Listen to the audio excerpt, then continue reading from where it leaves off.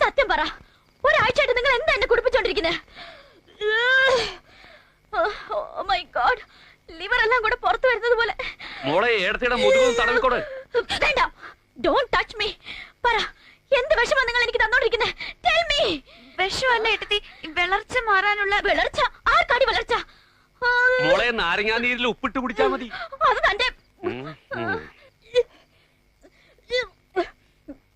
മര്യാദക്ക് മരുന്നിന്റെ പേര് പറയുന്നുണ്ടോ? എനിക്കറിയില്ല മോളെ. ഓ, എന്തൊരു സ്നേഹം. നിങ്ങളിപ്പോ കുടിയൊക്കെ നിർത്തി വലിയ മാന്യനായിപ്പോയി.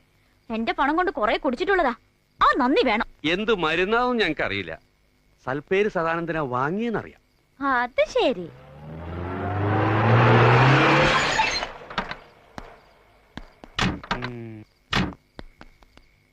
നിക്കടവിടെ. തന്നോടാ പറഞ്ഞ നിക്കാൻ. മാഡം എന്നെ വിളിച്ചു. കമ്മീഷണറുടെ ഭാര്യക്ക് താൻ എന്ത് മരുന്നാണ് വാങ്ങിയത്? തന്നെ കാമാക്ഷി വിളിക്കണു. ഞാനിതാ വരുന്നടി. Stop there. കുട്ടാ, നമ്മൾ സന്തുഷ്ടരാണ്. അയാളെ വെറുതെ വിട്ടേക്ക്. പോണ്ട.